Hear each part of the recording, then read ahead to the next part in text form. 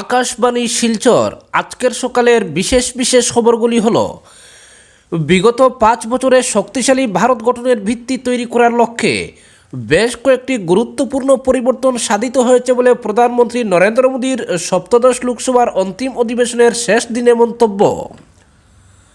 রাম মন্দিরের প্রাণ প্রতিষ্ঠা সম্পর্কে লোকসভায় অনুষ্ঠিত আলোচনায় শাসক বিরোধী উভয় পক্ষের সাংসদদের অংশগ্রহণ।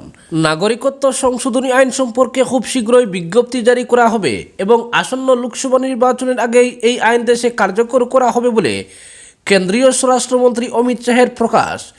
এবং চলতি বছরের উচ্চতর মাধ্যমিক এবং মাধ্যমিক পরীক্ষার প্রস্তুতি সম্পর্কে শিক্ষামন্ত্রী রনজ পেগুর গুরুত্বপূর্ণ বৈঠক। এবারে বিস্তারিত খবর। প্রধানমন্ত্রী নরেন্দ্র মোদী বলেছেন যে বিগত 5 বছরে শক্তিশালী ভারত গঠনের ভিত্তি তৈরি করার লক্ষ্যে বেশ কয়েকটি গুরুত্বপূর্ণ পরিবর্তন সাধিত হয়েছে। সংসদের বাজেট অধিবেশনের শেষ দিনে সপ্তদশ লোকসভার অন্তিম অধিবেশনে ভাষণ প্রসঙ্গে এই মন্তব্য করে প্রধানমন্ত্রী সংবিধানের 370 নম্বর অনুচ্ছেদ প্রত্যাহার, 3 তালাক ব্যবস্থা প্রত্যাহার এবং সংসদে মহিলাদের জন্য আসন সংরক্ষণ বিল গৃহীত হওয়া সহ বেশ কয়েকটি পরিবর্তনমূলক পদক্ষেপের বিষয়ে উল্লেখ করেন। তিনি বলেন যে এই সময়ে দেশে সংস্কারমূলক এবং ফলপ্রসূ কাজকর্ম একযোগে সম্পন্ন হচ্ছে এবং জনসাধারণ তাদের চোখের সামনে এই পরিবর্তন প্রত্যক্ষ করছেন। তিনি একই সঙ্গে লোকসভার অধ্যক্ষ ওম বিড়লাকে নিরপেক্ষভাবে ও ভারসাম্য বজায় রেখে সভা পরিচালনার জন্য ধন্যবাদ জানান। এদিকে লোকসভার অধ্যক্ষ ওম বিড়লা সপ্তদশ লোকসভাকে বেশ কয়েকটি কারণে ঐতিহাসিক বলে মন্তব্য করেন। এর আগে কংগ্রেস সাংসদ অধীর রঞ্জন চৌধুরী, কেন্দ্রীয় মন্ত্রী অনুপ্রিয়া প্যাটেল সহ কয়েকজন সাংসদ ভাষণ দেন। সংসদের বাজেট অধিবেশনের অন্তিম দিনে লোকসভায় রাম মন্দিরের প্রাণ প্রতিষ্ঠা সম্পর্কে আলোচনা অনুষ্ঠিত হয়। আলোচনা শুরু করে বিজেপি সাংসদ সত্যপাল সিং বলেন যে গত 22 জানুয়ারি অযোধ্যায় শ্রী রামলালার প্রাণ প্রতিষ্ঠা একটি ঐতিহাসিক ঘটনা হিসেবে চিহ্নিত হয়ে থাকবে। শ্রীরাম সভার প্রেরণার উৎস বলে উল্লেখ করে তিনি বলেন যে প্রভু রাম এক অনন্য সংস্কৃতি স্থাপন করে গেছেন। শ্রী সিং বলেন যে রাম মন্দির নির্মাণের সঙ্গে দেশের কোটি কোটি মানুষের বিশ্বাস যুক্ত ছিল। আলোচনায় অংশ নিয়ে আসামের কংগ্রেস সাংসদ গৌরব গগৈ বলেন যে মানবতাই হচ্ছে এই দেশের জনসাধারণের সবচেয়ে বড় পরিচয়। তিনি বলেন যে সবার কল্যাণ সাধনের বাণী ছড়িয়ে দেওয়া রামরাজ্য নিয়ে দেশের পশ্চাৎপদ শ্রেণী, বঞ্চিত শ্রেণী এবং সংখ্যালঘু সম্প্রদায়ের লোক আনন্দিত কিনা সেই বিষয়টি নিয়ে চিন্তা করার প্রয়োজন রয়েছে। এদিকে রাজ্যসভায় আজ দেশের অর্থনীতি নিয়ে সরকারের পক্ষ থেকে প্রকাশ করা শ্বেতপত্র নিয়ে এক আলোচনা অনুষ্ঠিত হয়। আলোচনায় অংশ নিয়ে বিজেপি সাংসদ সুশীল মোদী কংগ্রেস নেতৃত্বাধীন ইউপিএ শাসনকালের অর্থনৈতিক অনিয়ম এবং কেলেঙ্কারির সঙ্গে কংগ্রেস নেতাদের নাম যুক্ত রয়েছে বলে অভিযোগ করেন। তিনি বলেন যে গত 10 বছরে কেন্দ্রের নরেন্দ্র মোদী সরকারের বিরুদ্ধে কোনো ধরনের দুর্নীতির অভিযোগ নেই। কেন্দ্রীয় অর্থমন্ত্রী নির্মলা সীতারমণ বলেন যে ক্রমাগত প্রচেষ্টা এবং কার্যকর নীতি গ্রহণের ফলে ভারতীয় অর্থনীতি শক্তিশালী অবস্থায় ফিরে আসা সহ বিশ্বের 5ম বৃহৎ অর্থনীতিতে পরিণত হয়েছে। একই সঙ্গে তিনি নরেন্দ্র মোদী নেতৃত্বাধীন সরকারের তৃতীয়বারের শাসনকালে ভারত বিশ্বের বৃহৎ অর্থনীতি হিসেবে পরিগণিত হবে বলেও আশা প্রকাশ করেন। নাগরিকত্ব সংশোধনী আইন অর্থাৎ কা সম্পর্কে খুব শীঘ্রই বিজ্ঞপ্তি জারি করা হবে এবং আসন্ন লোকসভা নির্বাচনের আগেই এই আইন দেশে কার্যকরী করা হবে বলে কেন্দ্রীয় স্বরাষ্ট্রমন্ত্রী অমিত শাহ জানিয়েছেন। নতুন দিল্লিতে আয়োজিত একটি বিশ্ব ব্যবসায়িক শীর্ষ সম্মেলনে অংশ নিয়ে শ্রী শাহ একথা বলেন। তিনি বলেন যে কা হচ্ছে নাগরিকত্ব প্রদান আইন এবং এই আইনের কার্যকারিতার মাধ্যমে কোনো ব্যক্তির নাগরিকত্ব খর্ব করা হবে না। তিনি বলেন যে এই আইনের মাধ্যমে অমুসলমান অনুপ্রবেশকারীদের ভারতীয় নাগরিকত্ব প্রদান করার পদক্ষেপ গ্রহণ করা হয়েছে। সংসদে 2019 সালের ডিসেম্বর মাসে এই আইন গৃহীত হয়েছিল।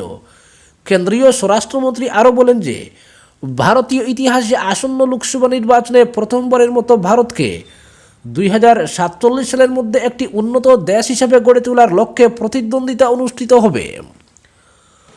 প্রধানমন্ত্রী নরেন্দ্র মোদীর তৃতীয় কার্যকালে এই লক্ষ্য নিয়ে কাজকর্ম আরম্ভ করা হবে বলে তিনি উল্লেখ করেন। তিনি আশা ব্যক্ত করে বলেন যে প্রধানমন্ত্রী নরেন্দ্র মোদী একটি আত্মনির্ভর ভারতের পরিকল্পনা তুলে ধরেছেন এবং তার এই পরিকল্পনার প্রতি জনসাধারণের আস্থা আসন্ন নির্বাচনে জনসাধারণের রায়ের মাধ্যমেই প্রতিফলিত হবে। প্রধানমন্ত্রী নরেন্দ্র মোদী আগামী 19 ফেব্রুয়ারি গুয়াহাটিতে অনুষ্ঠেয় খেলো ইন্ডিয়া বিশ্ববিদ্যালয় ক্রীড়া সমারোহ 2023 অষ্টলক্ষী ভার্চুয়াল ব্যবস্থার মাধ্যমে উদ্বোধন করবেন।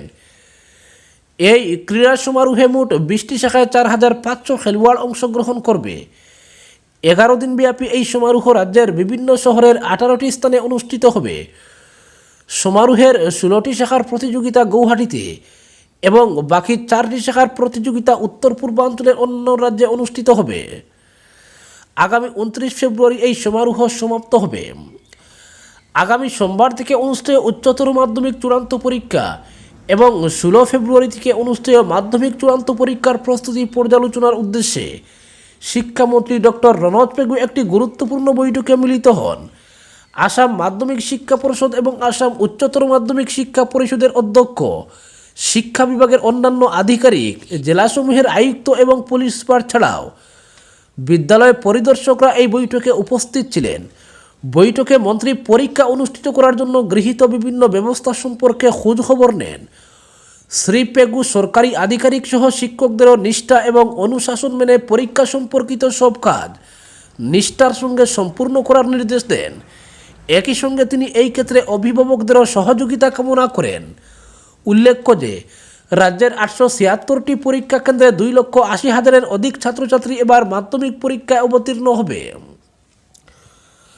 কেন্দ্রীয় আয়ুষ মন্ত্রী সর্বানন্দ সোনোয়াল আজ ভারতরত্ন পুরস্কারের জন্য মনোনীত ভারতীয় জনতা পার্টির প্রবীণ নেতা, প্রাক্তন উপপ্রধানমন্ত্রী তথা প্রাক্তন স্বরাষ্ট্রমন্ত্রী লালকৃষ্ণ আডবাণীর সঙ্গে সাক্ষাৎ করে তাকে অভিনন্দন জানিয়েছেন। পরে শ্রী সোনোয়াল সাংবাদিকদের জানান যে লালকৃষ্ণ আডবাণীর আজীবন সাধনা এবং অবদানই ভারতীয় জনতা পার্টি সহ রাষ্ট্র নির্মাণ যাত্রাকে শক্তিশালী করেছে। এ ধরনের একজন সম্মানিত ব্যক্তিকে ভারতরত্নের জন্য মনোনীত করায় তিনি অত্যন্ত আনন্দিত বলে শ্রী সোনোয়াল উল্লেখ করেন। করিমগঞ্জে মিশন বসুন্ধরার দ্বিতীয় পর্যায়ে 383 জনের আবেদন মঞ্জুর করা হয়েছে। রাজ্যের রাজস্ব মন্ত্রী যুগেন মোহন বিধানসভায় বিধায়ক কমলাক্ষ দে পুরকায়স্থের এই মর্মে উত্থাপিত এক প্রশ্নের উত্তরে এই তথ্য জানিয়েছেন। উল্লেখ্য যে করিমগঞ্জ জেলা এই প্রকল্পের অধীনে মোট 13,361 জন আবেদন করেছিলেন।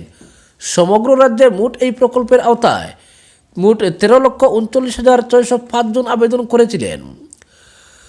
লায়ন্স ক্লাব অফ লালা এবং লালা আয়ুষ্মান আরোগ্য মন্দিরের যৌথ উদ্যোগে গতকাল লালার শেফালিকা রায় স্মৃতির মাতৃভাষা আদর্শ বিদ্যাপীঠ প্রাঙ্গণে বিনামূল্যে স্বাস্থ্য পরীক্ষার এক শিবির অনুষ্ঠিত হয়েছে। এতে সংশ্লিষ্ট স্কুলসহ অন্যান্য স্কুলের ছাত্রছাত্রী এবং শিক্ষক শিক্ষিকা সহ সংলগ্ন এলাকার 100-এরও বেশি জনসাধারণের স্বাস্থ্য পরীক্ষা করে বিনামূল্যে ঔষধ বিতরণ করা হয়েছে। এছাড়া এই শিবিরে রোগীদের বিনামূল্যে ব্লাড প্রেশার এবং ব্লাড সুগারও পরীক্ষা করানো হয়েছে। এসইউসিআই কমিউনিস্ট দলের প্রবীণ সদস্য, প্রাক্তন শিক্ষক সদ্য প্রয়াত মন্ময়নাথের স্মরণে আজ শিলচরের সরকারি পেনশনার্স ভবনে এক সভা অনুষ্ঠিত হয়েছে। দলের শিলচর আঞ্চলিক কমিটির পক্ষ থেকে আয়োজিত এই সভায় দলের প্রাক্তন সম্পাদক শ্যামদেব কুর্মী, বর্তমান জেলা সম্পাদক ববতুষ চক্রবর্তী এবং জেলা কমিটির সদস্য সুব্রত চন্দ্র নাথ তাদের বক্তব্যে প্রয়াত নাথের কর্মময় জীবন এবং দলের আদর্শের প্রতি তার আজীবন নিষ্ঠার কথা শ্রদ্ধার সঙ্গে স্মরণ করেন। সভায় প্রয়াত নাথের প্রতিকৃতিতে মাল্যদান করে শোক প্রস্তাব পাঠ করা হয়। আজকের বিশেষ সংবাদ এখানেই সমাপ্ত।